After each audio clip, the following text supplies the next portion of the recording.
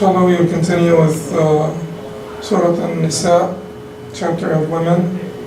And we started last week, and we said that we are not stopping at every ayah because it's a different type of tafsir, where you address the surah in its entirety, address the surah as an entity by itself, so that you can acquaint yourself with the surah, so that you could remember what the surah is about.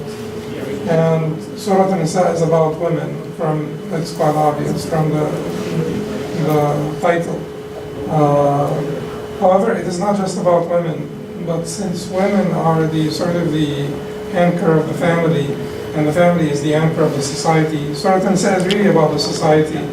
So Surat AlNisaa addresses issues like jihad, that is to protect the society from outside influences that will prevent the society from living up to the role, the model that Allah subhanahu wa ta'ala outlined for it.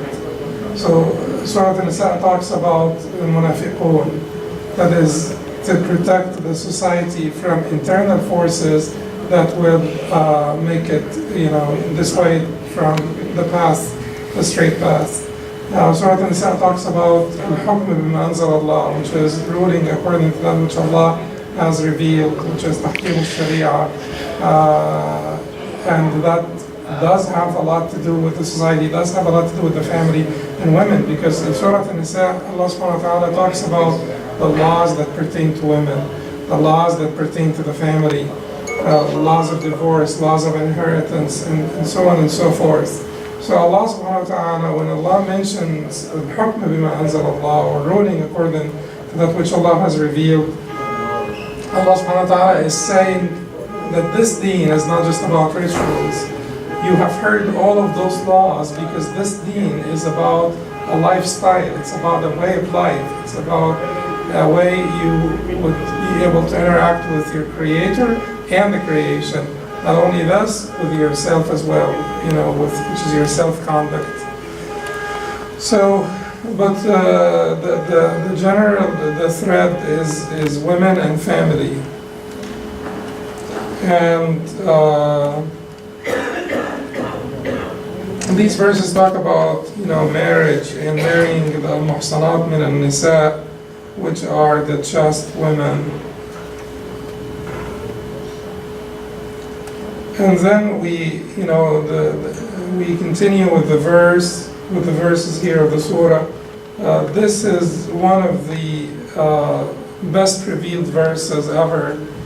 The Sahaba used to love this verse, and there are some verses in Surah An-Nisa, about 4 or 5 verses the Sahaba used to love, and the Tabi'un and so on, because of the optimism they infer. إن تجتنبوا كبائر ما تنهون عنه نكفر عنكم سيئاتكم وندخلكم مدخلا كريما. If you avoid the most heinous of the things, or إن تجتنبوا, if you avoid كبائر ما تنهون عنه, the enormities out of what you have been forbidden from, نكفر عنكم سيئاتكم. So if you avoid the enormities, نكفر عنكم سيئاتكم, we will pardon your errors. وَنُدْخِلْكُمْ مُدْخَلًا كَرِيمًا, and we will admit you to a gate of great honor.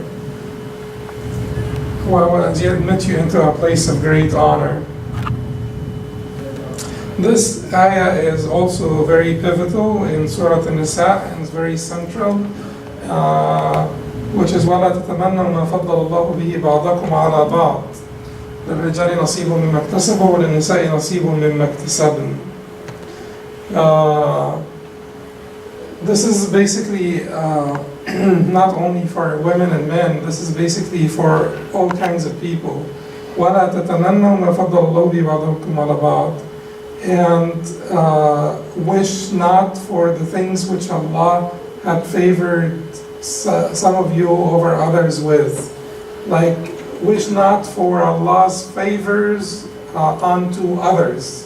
So let the women not wish for what Allah had favored the men with, and let the men not wish for what Allah had favored the women with. Be content with that which you are given. Be content with who you are. Be content with your basically identity, your role that Allah subhanahu wa ta'ala had made for you. للرجال نصيب مما اكتسبوا وللنساء نصيب مما اكتسبن. To men is allotted what they earn, and to women what they earn. But ask Allah of His bounty. واسأل الله من فضله إن الله كان بكل شيء عليما. Allah has full knowledge of all things. So basically, since Allah subhanahu wa ta'ala defines the role of men and women in this surah, and Allah subhanahu wa ta'ala defines some of the laws and regulations pertaining to this interaction between men and women in the institution of marriage, Allah wants to say to men and women, do not ask for that which Allah had given others. So men should not ask, should not be envious of, the favors Allah had given women, neither should women be envious of the favors Allah had given to men, the poor, the rich, the old, the young, the Arab, European, Indian, African, etc. Everybody should not be envious of anybody. And then we come to this verse, which is a verse that we will stop at, since we're talking about the Nisa and women, and this is Surat An-Nisa, and this verse is certainly a verse that many people try to use against Islam. And this is the verse in which Allah subhanahu wa ta'ala said,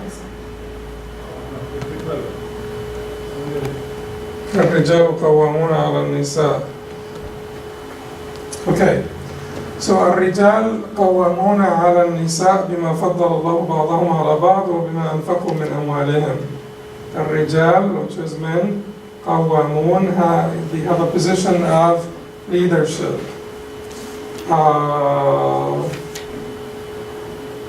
And we will come back to this, what this word means. على النساء, over women, بما فضل الله بعضهم على بعض, because of that which Allah had favored some of them over others, that which Allah had favored men with, the qualities that Allah had favored men with, basically making them suitable for that position of leadership within the family. وبما أنفقوا من أموالهم, and because of what they spend of their money. فالصالحات, the righteous women, قانتات. قانتات here, قانتات would mean what? Would mean standing in obedience. Therefore the righteous women are devoutly obedient. Okay. حافظات للغيب, and guard in the husband's absence what Allah would have them guard. حافظات للغيب بما حفظ الله. واللاتي تخافون نشوزهن, as for those women on whose part you fear disloyalty and ill conduct, admonish them. Refuse to share their beds, beat them lightly. But if they return, and we'll just stop and beat them for a second here, and if they return to obedience, seek not against them means of annoyance, for Allah is most high, great above you all. Okay, so men are the protectors and maintainers of women. Qawwamun. Qawwamun comes from where? The root word here, the three-letter word, the three-letter past tense is qawama. And what else shares the same root? Qayyum. Qayyum is who? Allah, the maintainer. Allah la ilaha illa huwa al-hayyul qayyum. Allah, there is no God but Him. Al-Hayy, the living. Al-Qayyum, the maintainer, the sustainer. Okay, so qiwama comes mainly from maintenance, sustenance. This is not only one type of sustenance. It is basically every type of sustenance, every type of maintenance, every type of protection and provision. Like, men should provide for their wives, they should protect their wives, they should also look after the well-being of their wives. And that is not just one type of well-being. That is emotional well-being, psychological well-being. Are we just made out of matter as human beings? No, we're not. We're made out of matter and spirit. In fact, as I usually say, we are made out of spirit first and then matter. We are spiritual beings in a physical form. So, because the spirit was created first. So, if the body has needs, doesn't the soul have needs as well? These are the so-called emotional, psychological, spiritual needs. So, men should be, ensuring that they maintain, they sustain their families and their wives in every regard. And because of what they spend of their money. So it's not just a matter of spending money. It is a matter of taking good care of women. Taqullah fi nisa, fear Allah regarding women. And the Prophet ﷺ used to say that. So then qawamun, then al-qiwama here, but does al-qiwama here also include some degree of supervision and leadership? It does, and certainly there is no sensible individual who would say that an institution like the family should be headless, should not have, one decision maker, final decision maker. It wouldn't work in any institution. It wouldn't work in any company. It wouldn't work in any state. You don't have two captains for the same ship, two pilots for the same plane, two chief executive officers for the same company, two presidents for the same country. And if you did, things will turn out chaotic. Because you can't have two people control the same domain and expect of this domain to actually function properly. There's got to be one final decision maker, one final leader. So Qiwama includes both ends. It's responsibility and, with that responsibility comes the position of leadership.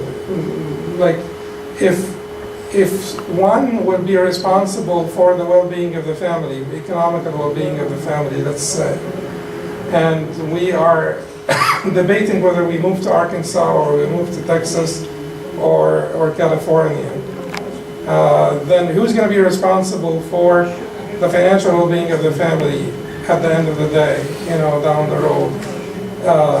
If one would be responsible, then this one would have the right to make the final decision with regard to which state we should move to. That does not mean that you don't consult your wife. That does not mean that you should not take your wife's input seriously. But it just means that eventually, after consultation, after open-minded, open-hearted discussion and, deliberation, consultation, etc., if someone will have to make the final decision, it will be the man. In order for the man to not actually lose this reserve of leadership or, this moral reserve, in order for him not to deplete it, he will have to use it very sparingly. In other words, every time you could say yes to your wife, you say yes to your wife, so that when you say no, it's a rare no. It is an infrequent rare one.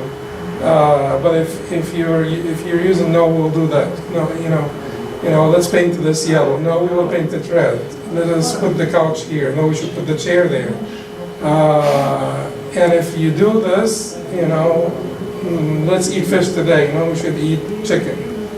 That is a tafih individual, which is superfluous, frivolous, insignificant, unworthy of the position of leadership.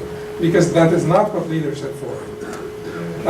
Leadership is for the consequential decisions, and someone should, if you look at how the Prophet ﷺ treated his wives and how he treated Aisha and how lenient he was and so on, you will be able to figure out how you become an effective leader. The effective, and even if nowadays, effective leadership, even in companies, is not to be stubborn with each and every detail, but rather to guide the people to make the right decision. So الرجال قوامون على النساء بما فضل الله بعضهم على بعض وبما أنفقوا من أموالهم فالصالحات قانتات. Therefore the righteous women are devoutly obedient and guard guard themselves, their chastity, the wealth of their husbands, the kids, their children, their husbands' children, in the absence of their husbands. As for those women on whose part you fear disloyalty and ill conduct, nushuz. Nushuz is basically defiance. Is basically a degree of great defiance. Admonish them, and then between brackets first,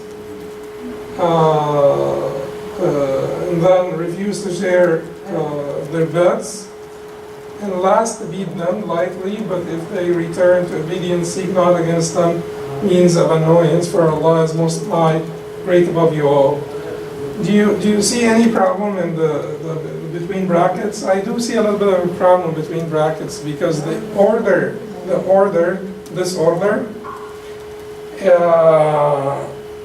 is not the position of the consensus of the scholars. This is the position of 3 out of 4, Hanafi, Maliki, and Hanbali.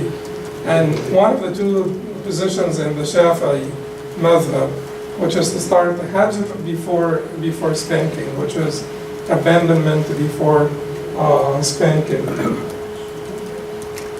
Therefore, despite the fact that this is the right position, it is the right position, the position of the majority, that you have to respect this order is the right position.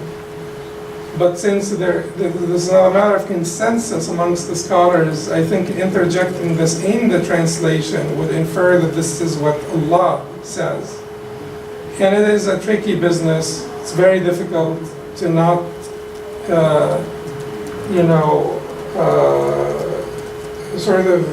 inject your subjective views into your translation, but if you can avoid it, and here you would have been able to avoid it by just listing them as they are listed in Arabic, and leave the order to the commentary, and then in the commentary said, you could say that this is the right order according to the very vast majority of the scholars, which is 3 out of the 4 madhahib, and even one position within the fourth, which is one Shafi'i position. But here, the issue of beating women, and this is an issue certainly, to say that this issue, the issue of domestic violence, is sort of rampant and prevalent amongst the Muslimin and not amongst others is an enormous lie, because in non-Muslim communities, the beating reaches levels that are not reached, often within the Muslim communities. But is there beating within the Muslim communities? Certainly there is. What is prescribed here? Is the word beating the right word to use in this translation? The word darb in Arabic is translated into beating. You could translate darb into beating, but what is wanted, what is meant by darb here in this particular verse is hard to translate it into beating. Now that's why he said beat lightly. But the word beating itself is still there. So should you use spank instead of beat? It would make it look a little like too informal, less serious. So what is meant by the beating? Anyway, like if you feel, defiance, like extreme defiance, which is nushuz on the part of the women, then you could resort after, this admonition, and then after al-hajr, which is abandonment, you could resort to beating. And Ibn Abbas said in explaining the beating, it is ما يكون بالسواك ونحوه. And in some other reports, ما يكون بالسواك وهبة الثوب. So it is whatever you do with your siwak, whatever beating you do with the siwak, or whatever beating you do with hubbat al-thawb, which is, the end of your garment, like this. So that certainly would not cause any infirmity. In a hadith reported by Muslim from Jabir radiallahu anhu, the Prophet ﷺ said, وَأَلَّا يُوقِئْنَ فُرُوشَكُمْ مَنْ تَكْرَهُونَ فَإِنْ فَعَلْنَ فَاضْرِبُوهُنَّ ضَرْبًا غَيْرَ مُبَرِّحٍ. And it is of your rights on them that they do not let others sit on your beds. What does that mean? Many scholars said it means that they do not do acts of lewdness. And if they did, the Prophet ﷺ said, if they did, then فَضْرِبُهُنَّ ضَرْبًا غَيْرَ مُبَرِّحٍ, beat them lightly, or beat them but not heavily, or light beating. So the idea here is that the beating is not prescribed for any disagreement or disputation, and it is not prescribed as a first measure. It is prescribed, and it is not prescribed for all women, and it is not prescribed to be done by all men. In fact, it is reported by Abu Dawud that the Prophet ﷺ said, طَفَى الْيَوْمَ بِآلِ مُحَمَّدْ سَبْعُونَ امْرَأَةً كُلُّهُنَّ يَشْتَكِينَ الضَّرْبَ وَلَا تَجِدُونَ هَؤُلَاءِ خِيَارَكُمْ. That so many women, 70 is usually used in Arabic to refer to a large number. A large number of women came by the houses of Muhammad sallallahu alaihi wasallam today, and they all were complaining of beating. And you will not find those men to be the best amongst you, to be your best men. It is reported by Muslim from Aisha radiallahu anha that the Prophet sallallahu alaihi wasallam never beat by his hand a woman, a child, or a servant, except in jihad. He did not strike with his hand except in jihad. So it is not for all men, and it is not for all women, and it is not in all circumstances. The Prophet ﷺ here, the one circumstance is mentioned, which is extreme defiance, nushuz. And the hadith of the Prophet ﷺ, another circumstance is mentioned, which is acts of lewdness. And we said the beating itself is the light beating. The Prophet ﷺ even, this hadith is a very nice hadith, because the Prophet ﷺ is trying to invite contemplation here. He says in a hadith reported by Al-Bukhari from Abdullah ibn Zam'a radiallahu anhu, بما يضرب أحدكم امرأته ضرب الفحل ثم يعانقها. How come one of you beats his wife like he beats his stallion, and then he goes and hugs her? So he's inviting a little bit of contemplation here, that this relationship is different. This is an emotional relationship. This is a compassionate relationship. It is built on compassion. Therefore, it is not suitable for one to beat his wife and then hug her. To beat his wife like he beats his stallion and then hug her.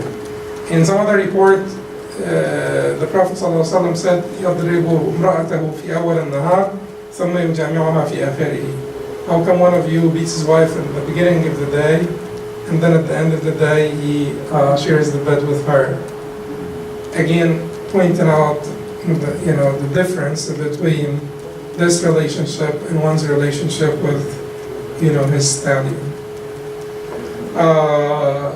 So what are we saying by this? We are saying that this was prescribed in very special circumstances, and light beating was prescribed in very special circumstances for very special special women by special men, not for the best of men, not for the best of women, not for the regular circumstances, and not beating, which is domestic violence that leaves marks, bruises, breaks, wounds, stuff like this. That was never prescribed.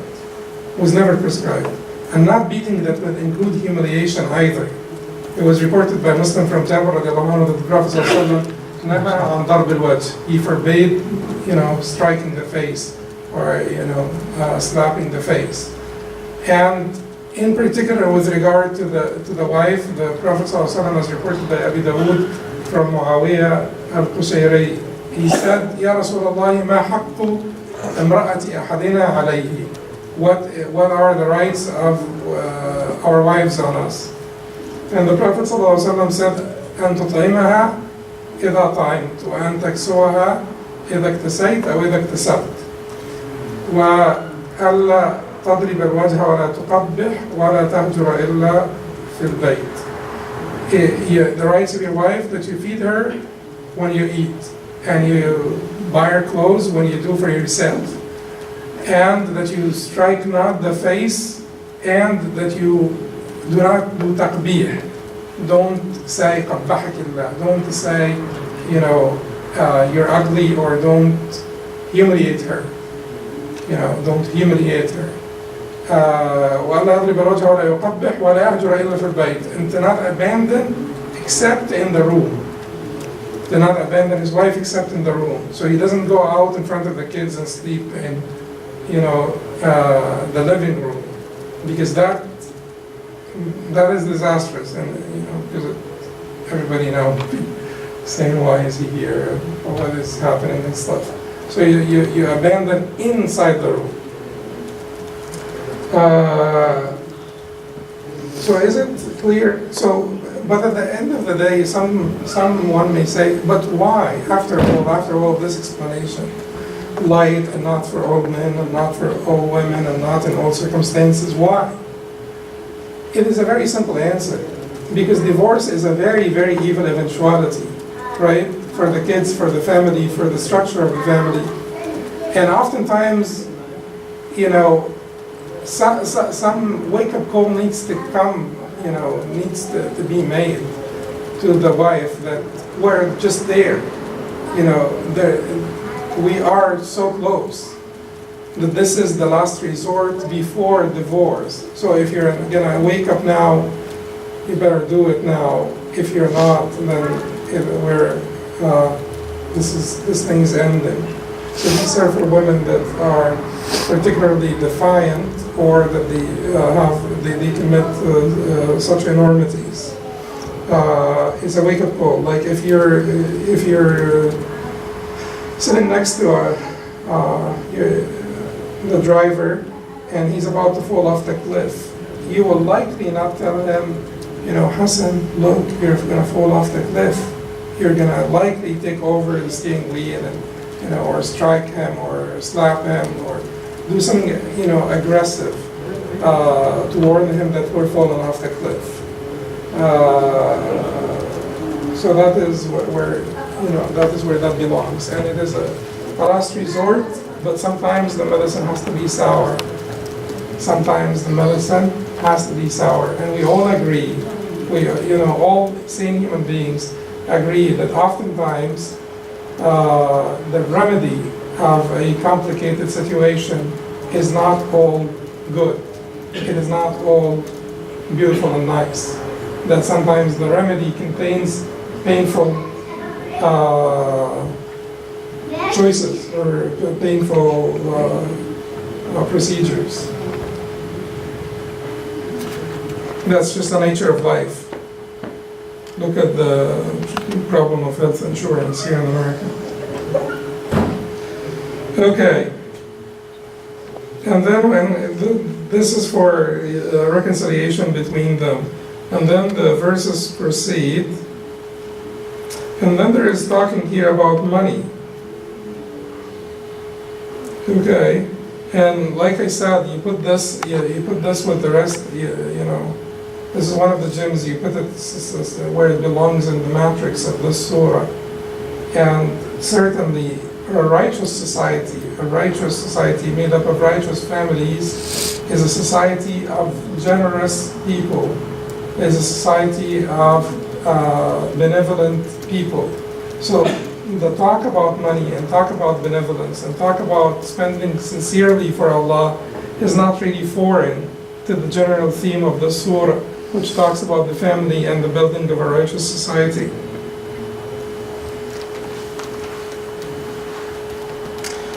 And then this talk about the salah and when you should, wudu and ghusl and so on and so forth. The difference between the teaching of Islam, the problem that we face nowadays is that you're coming down to the Wednesday lecture, right? This is the Wednesday lecture between Maghrib and Isha. And did the Prophet ﷺ teach tafsir on Wednesday between Maghrib and Isha or Sirah? Neither. He did not teach tafsir or Sirah on Wednesday between Maghrib and Isha. Because the Prophet ﷺ did not have a schedule like the one that Sheikh Omar here makes or hangs up or displays. This was not his style of teaching, and this is not the best style of teaching. What we're doing here is basically because of our shortcoming and the shortcoming of the audience. We have to do this. But the Prophet ﷺ taught the Sahaba on the go. He lived with the Sahaba. They saw each other 5 times a day. The women came out, even the women came out in Fajr and Isha. So that is seeing the Prophet ﷺ twice a day. And unless they also wanted, they happened to want to come out to Maghrib and Zuhr or Asr or some other prayer. But they more frequently came out for Maghrib and Isha, for Fajr and Isha. So the Prophet كان يتخولهم بالموعظة. He used to teach them every now and then. But if they have seen him 5 times a day, then it's a different type of teaching. It's teaching on the go. It's learning on the job. It's learning, while you're doing the act itself. And it is totally different from what we do here. It is totally different. Take this example, hadith number 19 in the 40 Nawawiya hadith from Abdullah ibn Abbas, reported by Tirmidhi from Abdullah ibn Abbas radiallahu anhu, in which he said, the Prophet ﷺ said to Abdullah ibn Abbas, Ya Abdullah, احفظ الله احفظك احفظ الله تجده تجاهك إذا سألت فاسأل الله وإذا استعنت فاستعن بالله واعلم أن الأمة لو اجتمعوا على أن ينفعوك بشيء لم ينفعك إلا بشيء كتبه الله لك ولو اجتمعوا على أن يضروك بشيء لم يضروك إلا بشيء كتبه الله عليك رفعت الأقلام وجفت الصحف. So I said to him, "O young boy," so he is speaking to one person, he is not speaking to a crowd. So he would say to Mu'adh, "Thakilatka ummuka ya Mu'adh." He would say to, he would have those moments of individual teaching with the rest, with his Sahaba radhiyallahu alayhim. And this is one big difference. And then he is addressing him compassionately, "Ya Ghulam, O young boy." And let me teach you a few words. Let me teach you a few words. And there are a few words really. And they stuck to Ibn Abbas's mind. How old was Ibn Abbas when the Prophet ﷺ died? About 10 years of age. So this stuck to his mind.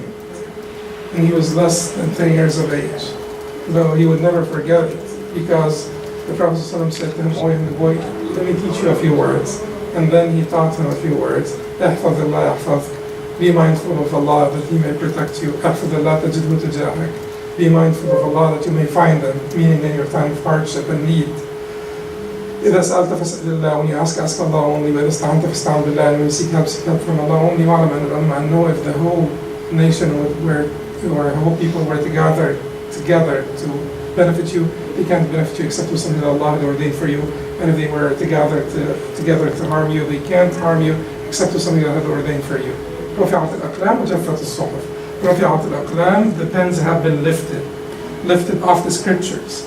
وجفت الصحف, and the scriptures are now dry. Everything is predestined. Everything is ordained by Allah. Everything is decreed. Everything is predestined. So rely on Allah and don't be fearful of the people.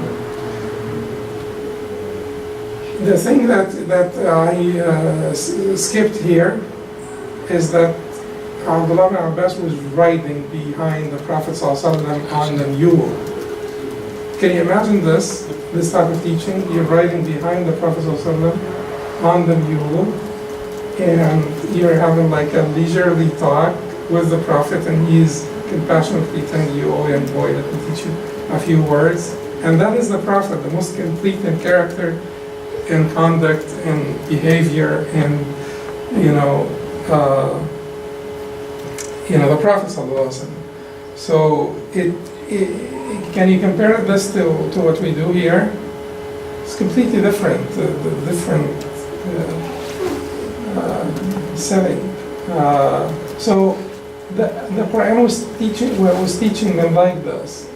So basically, when you find the different subjects within the same surah,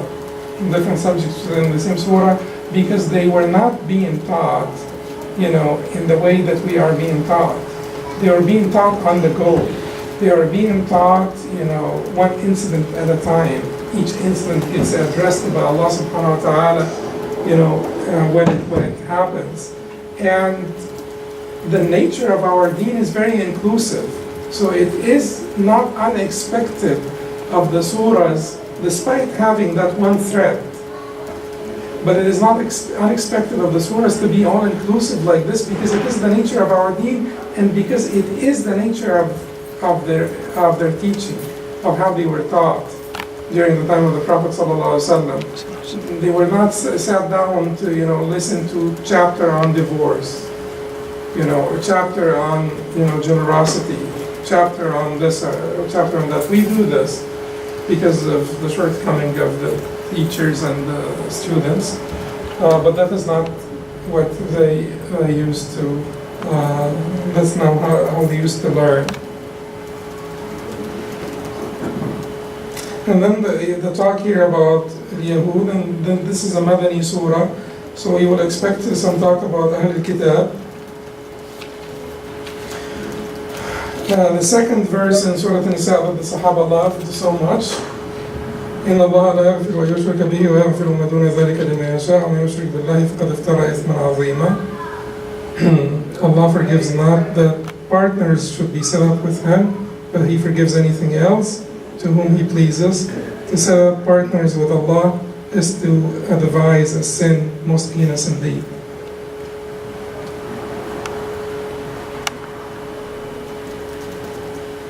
Then the talk about Ahl al-Kitab continues.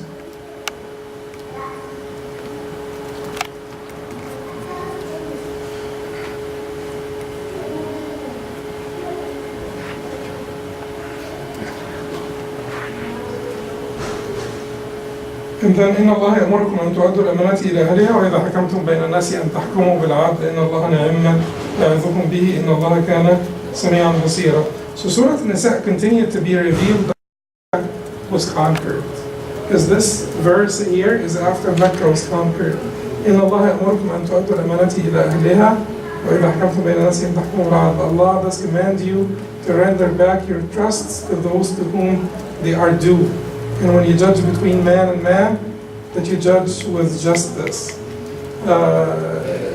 Shayba wa Talha min Bani Abd al-Dar used to be responsible for the keys of the Kaaba.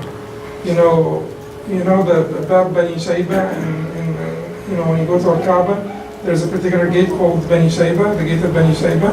This is that tribe, and they were in charge of the keys, and Al-Abbas was in charge of giving water to the pilgrims.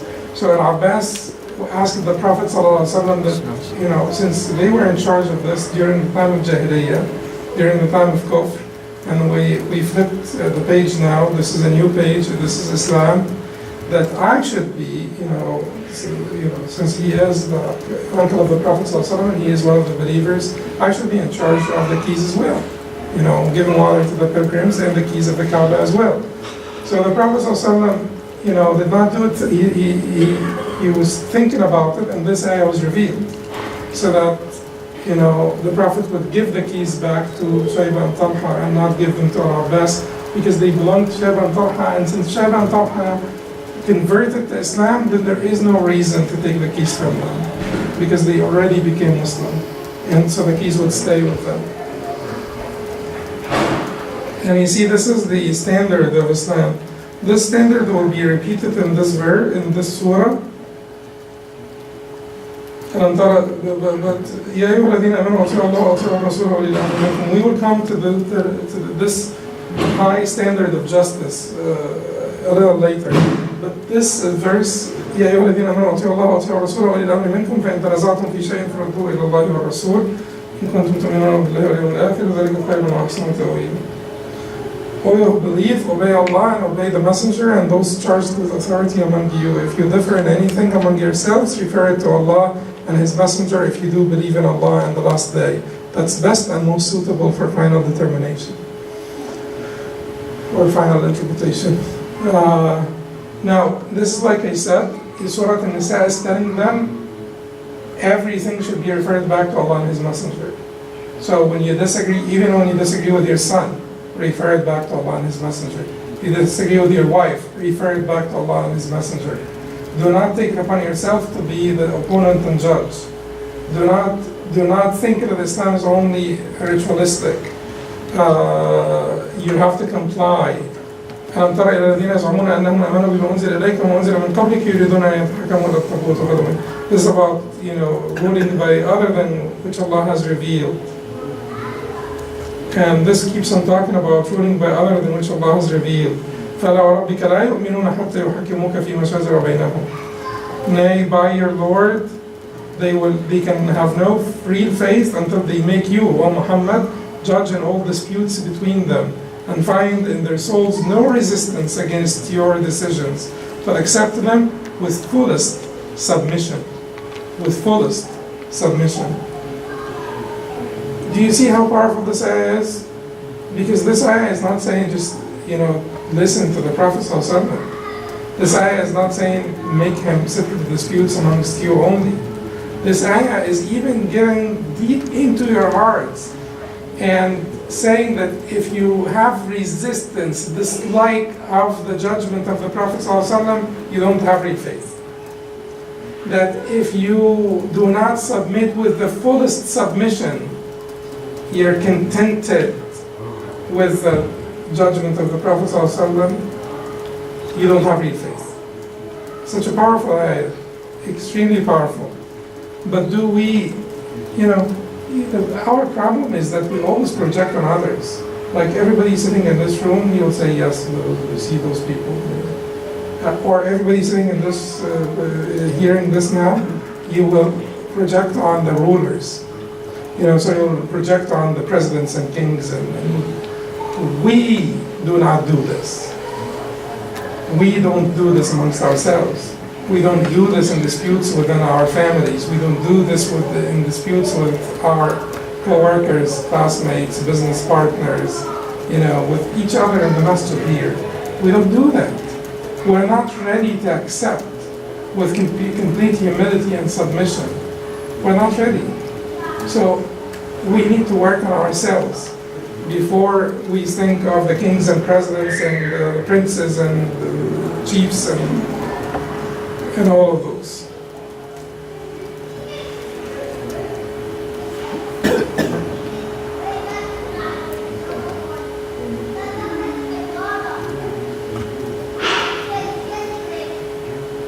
So this is about al-qital here, في القتل في سبيل الله الذين يشرون الحياة الدنيا بالآخرة.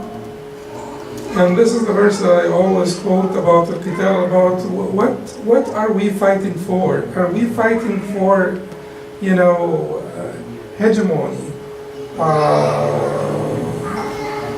And you could also say hegemony, I guess. Are we fighting for, imperial expansion? Are we fighting for possession of people's resources? This is what we're fighting for. وما لكم لا تقاتلون في سبيل الله مستضعفين من الرجال والنساء والولدان الذين يقولون ربنا اخرجنا من هذه القرية الظالم أهلها واجعل لنا من لدنك وليا واجعل لنا من لدنك نصيرا. And why you don't fight for in the cause of Allah or for the cause of Allah and the oppressed men and women and children who cry out to their Lord, or Lord, rescue us from this village whose people are oppressors, and send to us from you someone who will give us victory, and send to us from you someone who will give us support. That is what we're fighting for. That is what we're fighting for when we go out. We defend ourselves, but when we go out, that is what we're fighting for.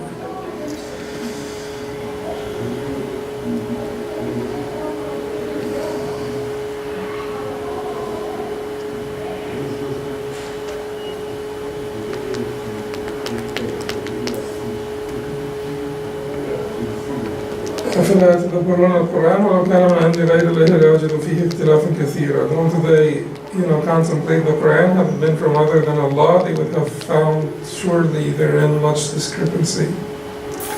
In Surat Muhammad, أفلا يتدبرون القرآن أم على قلوب أقفالها. Don't they contemplate the Quran, or are their hearts sealed with their locks, or their hearts are locked?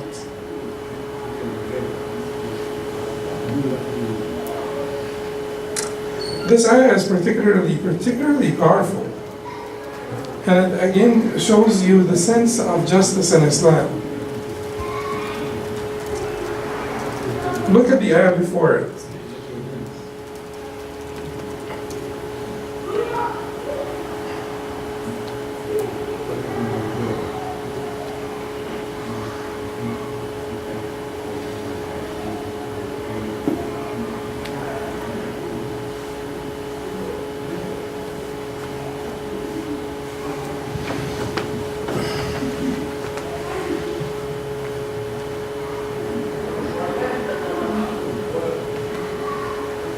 No.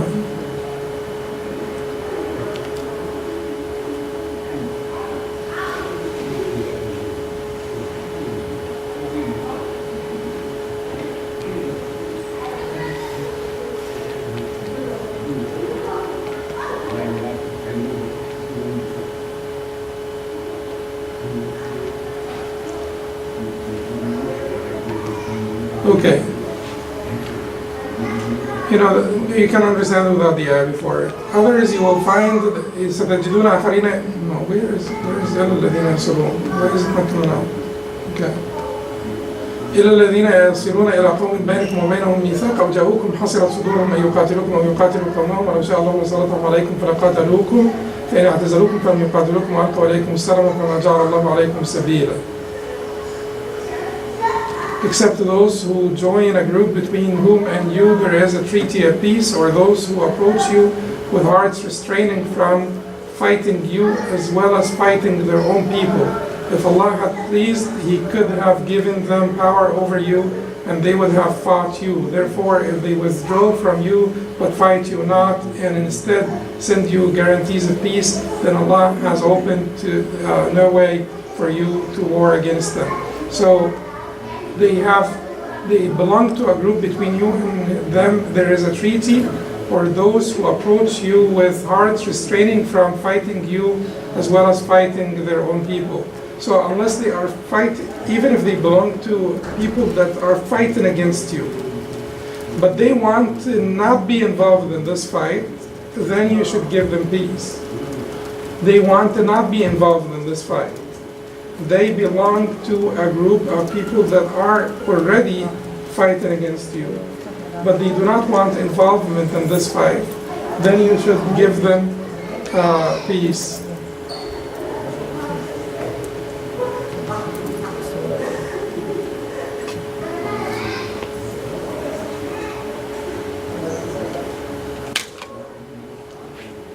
And these verses are about getting the believers to it.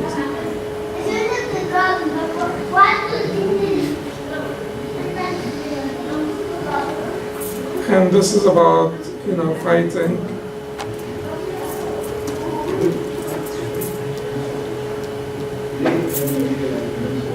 So,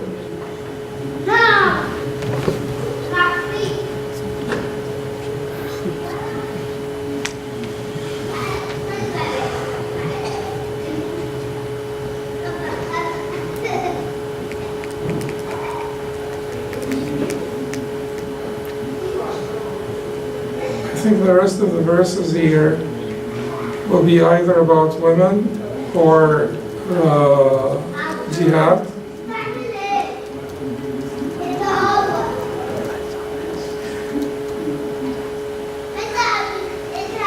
And then the end of the surah is about AlNisaa alayhi salam and his story.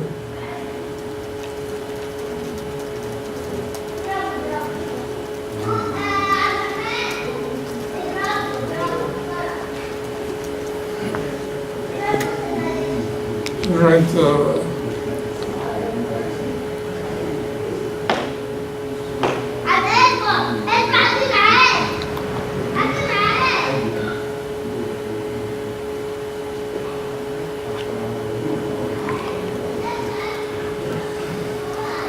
You see this verse? من كان يريد ثواب الدنيا فعند الله ثواب الدنيا والآخرة. If anyone desires a reward in this life, in Allah's gift is the reward both of this life and of the hereafter.